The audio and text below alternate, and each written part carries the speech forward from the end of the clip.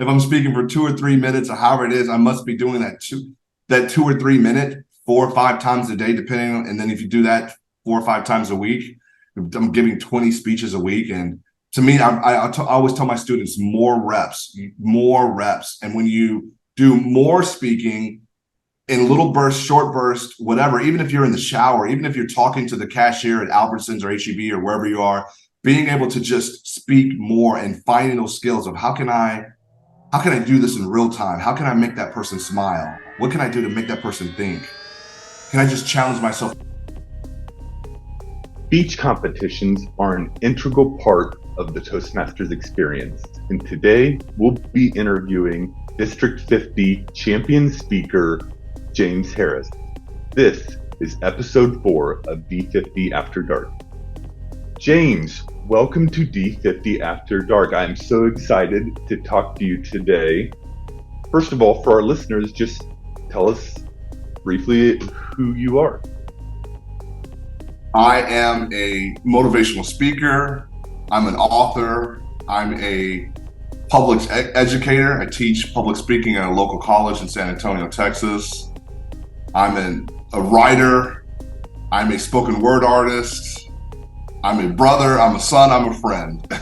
I'm a person who loves encouraging people and changing lives. That's who I am. Wow. And you are also the winner of the District 50 International Speech Contest.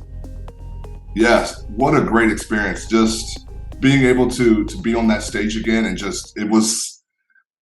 it's rewarding, it's fulfilling. I tell the story, I even told my students that there was a person there that came up to me after the speech was over and shook my hand saying, I needed to hear that speech. And that's always a reason that gets me really fired up. Of course you want to win. I'm unapologetic about that, wanting to win, but also at the same time being able to live in the both and, where you can win, but also really changing people's lives. And that was I'll never forget that interaction that we had in the lobby of the D50 competition. That meant a lot to me. Yeah, well, I was going to ask you, why do you compete in speech contests? I grew up competing. I grew up performing. And one of the things I love doing is pushing myself out of my comfort zone, pushing myself and proving it to myself that it's possible. And working with students, I love to let them know that no matter where you are in your life, you still have opportunity to grow. You still have opportunity for feedback, to stretch. And going on competitions, competing in these events is a chance for me to live out what I'm preaching about, live out what I'm talking about. And it's the coolest thing for me to see the pressure, the engagement, the live audience, even if it's on Zoom, just the anticipation. And I love all of that. And then getting to do it at the high level and being able to also see the impact that you're making, seeing those faces coming from all over the place and saying, wow, I'm making a difference right now, and getting to see people laugh in real time and people that don't know you at all, and they're just instantly gravitated to what you have to say. And it's a really cool feeling. I encourage more people to not to try out, but to go compete in their chapters or areas and things, just because you'd be surprised. You'll never know what you're made of until you try it out. You'll never know if you could be the one that gets to that top level and who you'll make a difference in their life. Speaking of going to the top level, as the winner of the District 50 International Speech Competition, you got to go to the World Championship of Public Speaking in the Bahamas. What was it like backstage at the World Championship? Backstage there's a little bit of a calm. I feel they're putting the microphone on you. The lights is a little bit dark, and you can see the bustle. There's all these people. There's a lot more people back there than you think. A lot more people back there. And they're on computers, and they're doing different things. As you feel that you're in a CIA investigation setup. But I say that jokingly. But to me, there was just a sense of calm. And just getting in the moment, then saying, this is the moment you wanted. This moment that you've thought about, you've dreamt about, you've worked for, you prepared for, you fought for, you prayed for, is happening in this moment. This is the moment. And it was a cool thing just presencing myself and just saying, let's go have some fun. let's go have some fun. And you get to see other speakers, and if they're nervous and you don't want their nerves to get on you, but you're trying to also encourage them and say, hey, you got this, you got this. And the speaker is on stage speaking, and you're listening to them react, and you're trying not to get into your head and thinking, okay, well, I need to be funnier. You're just thinking, play your game, play your game, play your game, calm down, breathe, you got this. A lot's going on back there. Yeah. Did you have much opportunity to interact with the other contestants? And if so, what was that like? A little. When you go to I'm just going to call it the pre-warmup, but when you're getting a chance, there's little events that you'll go to. You get to actually meet the other speakers. Usually it's for stage prep and getting a chance to get mic'd up and getting a chance to see how that feels. And you have conversations with people, and you get a chance to meet people. I got to meet a lot of really cool people, especially in that semifinal, of just supporting each other. And it felt as if it was community. And we took a picture, all of us afterwards, and it was unwarranted, where people said, hey, I want to celebrate this. And that meant a lot to me, that we didn't see each other as just competitors, but we saw each other's masterpiece. Hey, I see something in you. You've got what it takes. If it's this competition or the next, I see something of promise and potential in you. And that was really cool. Now, if you go far enough in the competitions, you're required to give a different speech than what you previously used. Were you required to give a second speech? And if so, did you come prepared with two speeches, or did you have to create a new one while you were there in the Bahamas? I came with both speeches prepared. My typical thing is about 75 to 100 reps for each speech. And even that doesn't include the times before, when you start with area and then division and moving up. And it was just me in those two speeches, 112 times per each speech. And I love it because somehow they kind of blend together, and you really have to keep them separately. You're just thinking, okay, this is this speech and this is this speech, and they're two totally different, but I'm the writer of both, and it's my writing style, and telling myself, okay, wait, hold on. Is that, but the more you practice it, they're totally different at that level. And I came in with two speeches knowing, okay, this is what I'm going to do for this in my final, and this is what I'm going to do when I get to the final. Yeah, and so do you lead with your best speech to so that you can get to the point where you use your second speech, or do you save your best one for the finals? How do you make that choice? That to me is a hard call. I think that's a great call, to be able to say, what is the best speech? What is the speech? For me, I decided to go with the forgiveness speech because that's the speech that got me there. And presencing that, well, if this is the last thing, then this is the one I want to leave out on. But also in my mind, I was thinking, well, the way through is breakthrough. That's probably a stronger speech, but every audience is subjective. And thinking, okay, what is the better speech? Because you have to go all out, or else you're not even going to the finals. And then when you go to the finals, making sure that one wins on its own. I think my advice to any writer, any speaker, is really just play full out to where any of those speeches can get you to where you're trying to go. Because if you're trying to game the system and think, well, this speech is better than this speech, I would just say make them all at a high level, and that I feel like I could have done the way through is breakthrough, and I know for sure I would have gone through. And then it's possible that the forgiveness speech would have landed a little bit differently, but I know that both speeches would get me to the finals.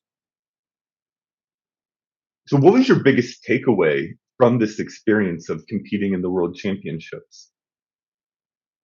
There is a big world out there.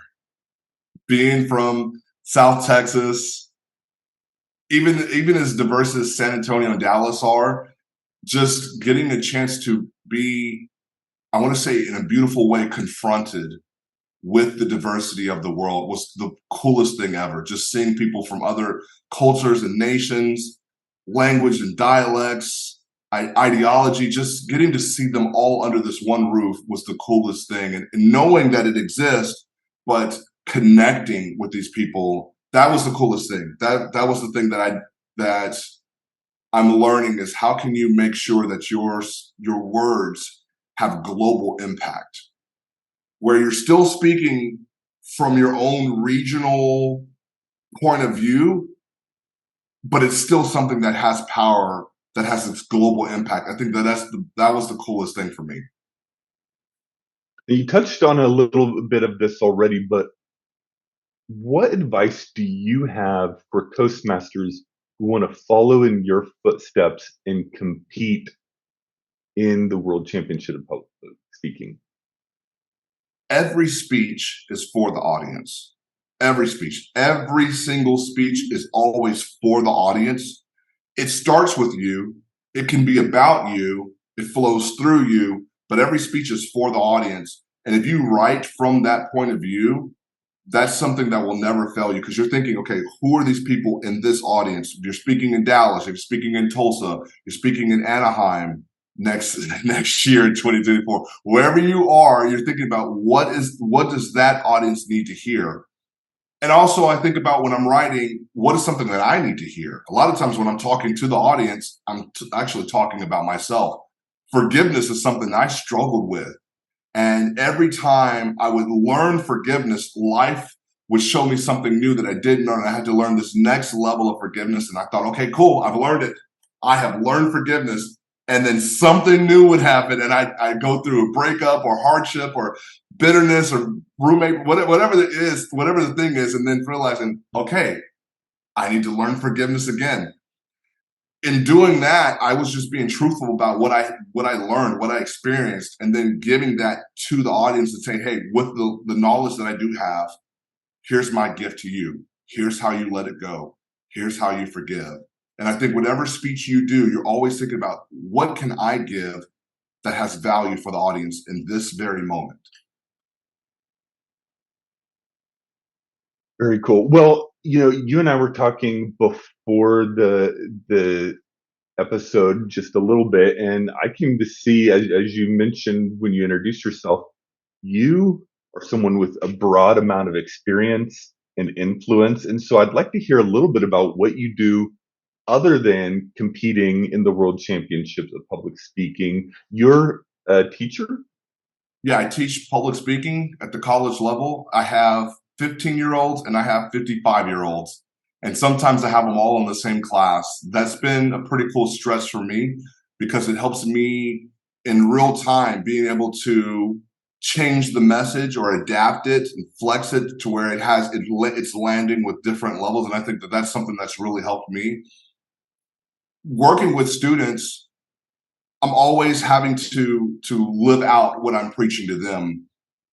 Even today, we were working on something and I'm able to put connections together real fast. And I think this is a skill that I think a lot of speakers need, is it's not just the prepared speeches, but it's how can you make real transitions in real time. In the finals, they laughed at something that I didn't think was funny.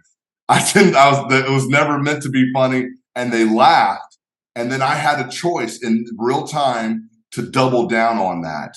And to me, that's one of the things I think I would challenge, answering your previous question, is getting more experience. I am a public speaker. I am a writer. I've done radio before. I used to do stand-up comedy a long time ago. I love doing improv comedy.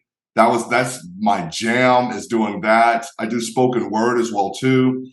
And just drawing from all these different nuances and careers and backgrounds. And I think that's something I've really loved doing, is not just the speaking aspect, but the performance aspect, being able to connect, being able to work the crowd, being able to take something and flip it in real time, being comfortable. If you get a new idea, and I know a lot of speakers know this, sometimes you get a new idea in real time on stage, and then you have to decide, do I use this real idea? The light's yellow, the light's green, oh, it's about to turn red. Being confident in saying this. And that was something I got a chance to do in the forgiveness speech for the semifinals.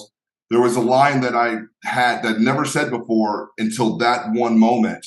And I said, I was going through the speech and I thought, oh, you should say this. Just do it. And then feeling confident saying, yeah, let's go for it. But that is a skill of just trying new things and working and putting things together and seeing what happens. Wow. It's no surprise that you're such a strong speaker, given that you teach other people to speak. I learned in my experience in Toastmasters that the best way to learn is to teach others. It's a cool feeling. I mean, my goodness, I probably give 4 or 5 speeches a day, really, in some capacity. I always, if I come up with an assignment or whatever that case is, I'll then just do an example because I love to speak.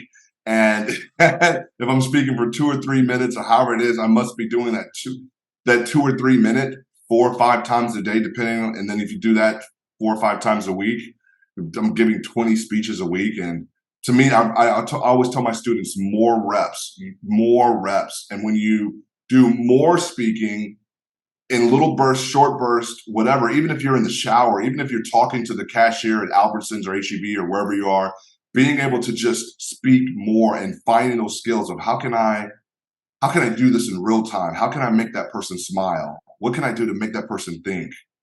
Can I just challenge myself to go up and talk to a random person and put myself on a stretch where I say, hey, I'm going to talk to this person and encourage I've done that, literally just encourage a random person. Sometimes I'm thinking, who are you? And then sometimes thinking, I needed to hear that. And it's a cool feeling of just having that confidence and sourcing that confidence to just try and just fail, and try better. Well, James, you are clearly someone who is very interesting and has a lot to offer. I'm sure our listeners are going to want to hear more from you. How can our listeners find you and hear more of your wisdom? Yeah, you can find me on YouTube. It's Undefeated Speaker. That's the brand that we do. We produce motivational speaking events for my students, and I'm hosting or something to that effect. You can also find us on Facebook, Undefeated Speaker. You can find us on Apple Podcasts. You can find me on Spotify. Anyway, if you just type in Undefeated Speaker, all these videos pop up. And what I love doing is being able to create motivational content for daily, but then also there's music. There's just a plethora of content when you just Google search Undefeated Speaker. So Undefeated Speaker is your company or organization that you've produced this content with, and you have a podcast titled 10 Years War? Yes, 10 Years War is something I started during that pandemic era because I was in a dark and lone place. I lost my job. I then got my job back, lost my apartment, then got my apartment back. And obviously that pandemic just was tough. And I kept thinking, I heard something say, whatever you want, give it away. And I just was in a dark place and I wanted encouragement. And I thought, okay, whatever you want, give it away. And I just created the podcast and I just started giving away free speeches. I said, don't wait for somebody to pay you. Don't wait for somebody to book you. Don't wait for whatever the opportunity is. You just start writing these speeches and creating them in podcast format and you just deliver them every single week. Just give to the world what you're wanting back. And it's been the coolest thing. It has been the coolest thing, giving to people what I was wanting myself.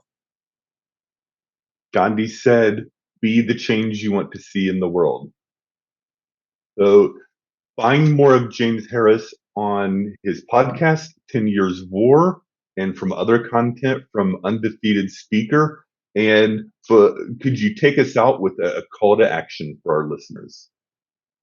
We are in a time where speech is under attack, where we live in division. Everybody has a voice, but no one has a vision.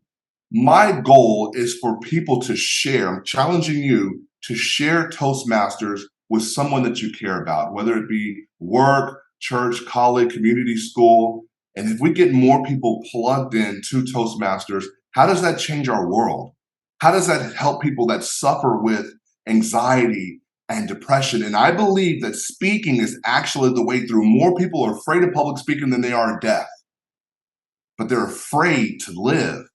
And if we got more people to just own their voice and realize the beautiful power that is you, there's only one of you. And if you realize how powerful your voice is, what ripple effect would that create in your community? But it starts with you offering that to someone else today. Beautiful. Well, it's been a pleasure talking to you today, James. Thank you. And good luck next year on your next go for the World Championship. Attention all listeners, get ready for an exciting announcement. Are you ready to take your winter to the next level? Join us for an unforgettable learning experience that will empower you to reach new heights.